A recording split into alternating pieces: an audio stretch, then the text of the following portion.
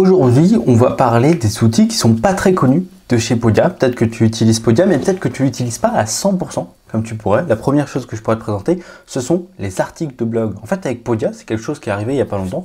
On peut publier des articles de blog, et ces articles de blog-là, ils se référencent sur Internet et ils te permettent d'avoir peut-être plus de clients, plus de ventes, voire même de l'affiliation. Moi, tu vois, c'est des articles de blog que je crée simplement avec un prompt de ChatGPT et tout, et j'ai vraiment jamais écrit une seule ligne d'article de blog. Pourtant, j'ai publié 421 articles de blog.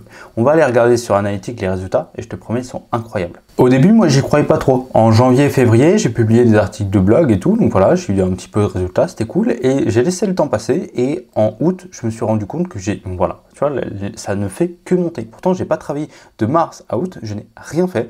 Et pourtant, regarde, là, j'ai eu des revenus par rapport à des ventes de formations, de programmes et tout. Et j'ai eu énormément d'affiliations. Je suis numéro 1 dans certaines recherches, par exemple le Sony 1805 mm test à vie. Je suis numéro 1 en termes de recherche, que ce soit dans la vidéo ou même dans les articles de blog. Et ça, je trouve ça absolument incroyable. Donc, c'est quelque chose qui est intéressant d'exploiter sur Podia.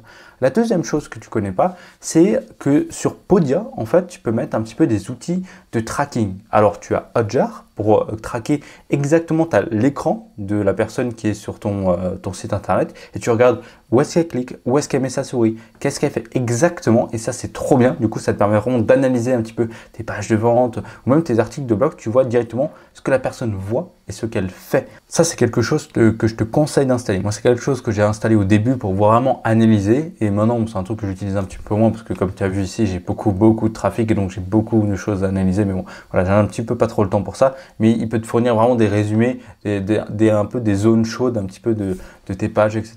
pour montrer qu'est-ce qui fonctionne ou non.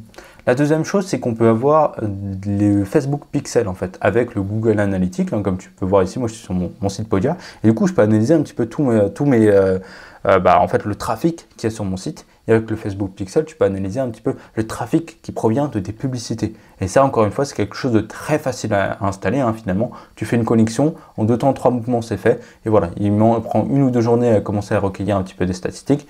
Et là, tu es tranquille. Donc voilà, ça, c'est des choses que peu de gens connaissent finalement. Et la dernière chose qui n'est pas très connue, c'est le fait qu'on puisse mettre les intégrations Zapier. Zapier, c'est quoi?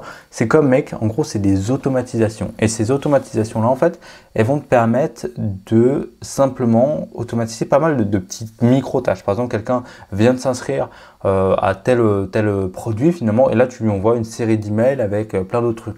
Chose que tu peux déjà faire avec Podia, évidemment, mais sur Zapier, tu peux faire autre chose. Tu peux connecter différents outils. Par exemple, elle rejoint voilà, tel produit, et bah, tu l'ajoutes directement sur un groupe Discord ou des trucs comme ça.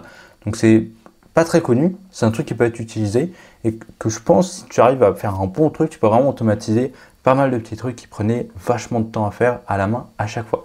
Donc, voilà pour les trucs pas très connus. Si Podia, ça t'intéresse et que tu n'as pas encore pris un abonnement avec, moi, je te conseille de le prendre. Tu peux faire énormément de choses avec Podia, hein, et tu as le lien dans la description. Tu as 2 mois offerts en passant par ce lien-là sur ton abonnement annuel. Et voilà, moi, je te fais de gros bisous. À très vite.